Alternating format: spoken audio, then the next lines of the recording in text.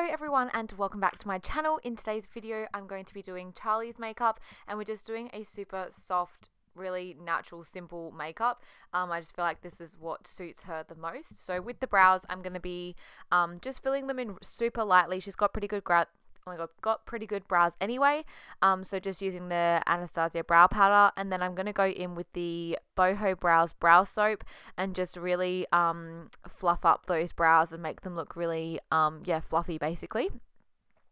Just using a spoolie and just spraying a little bit of water into the product as well, and it just dries and it makes them look super full and really fluffy too. Then taking the P. Louise eye base in the shade 02, which I always take, I'm just going to be using that to cover underneath the eyebrows and then go all over the lid with that too. I use this on any look that I do, just as I find all eyeshadows blend out super easily and super seamlessly with it as well. I apologize if you can hear my dog barking in the background because I have no idea what he's barking at.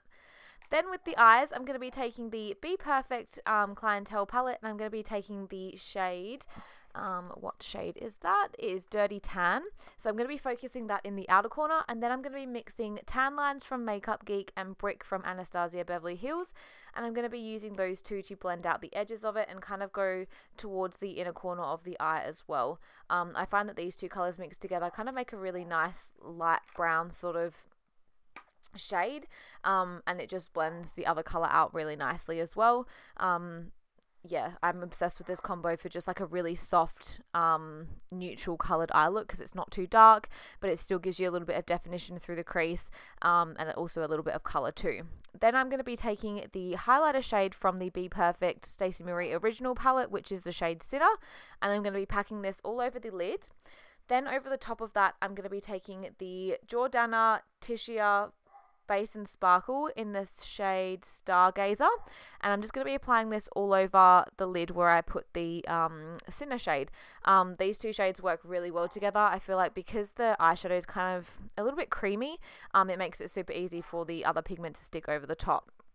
I just lined her lash line just with a bit of brown eyeshadow, which was the shade Too Much from the Clientele palette. Then I'm just going to be applying some individual lashes to her lash line, just as I find that with the individual lashes you can really kind of customize what sort of style and what shape you want to create on the eye, and that way you can kind of give it more of like a soft natural effect, and they do tend to look like your own lashes just a little bit better. So yeah, I'm really happy with how they turned out.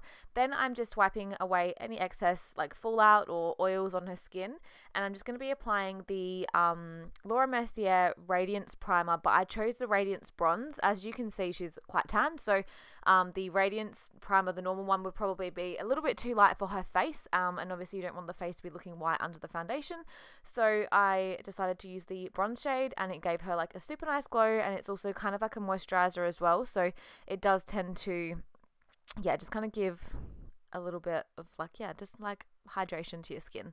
Then I'm applying the Too Faced Born This Way foundation.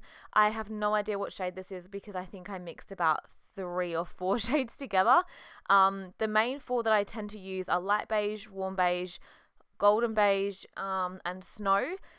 And I kind of just mix and match, but I also obviously do have darker and I do have lighter shades too, but these are just the shades that I tend to work with the most. Then just applying some of the Nars Radiant Creamy Concealer in the shade Custard under her eyes. I didn't want too much because I wanted it to kind of not be too highlighted underneath her eyes, so I applied the tiniest bit just to cover up any dark circles or anything like that. Then just applying some of the Laura Mercier translucent powder just under her eyes and also laugh lines, and just really pushing that into the skin. Then as usual, taking the Bobbi Brown foundation stick in the shade Cool Almond. I'm using this to cream contour. I find that this works for most people's skin tones, like it's a really good colour, and I'm just using the Hourglass foundation brush to put that in. It kind of just makes the skin it just makes it look really flawless, I find, and it also gives like the Hoola bronzer and stuff underneath to kind of give it a little bit more depth prior to the powder.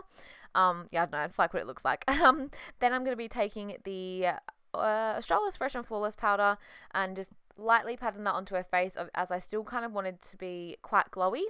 Then I mixed the shades Give Me Sun and dark tan from Makeup Geek. No, oh my god, Makeup Geek. MAC Cosmetics, whoa.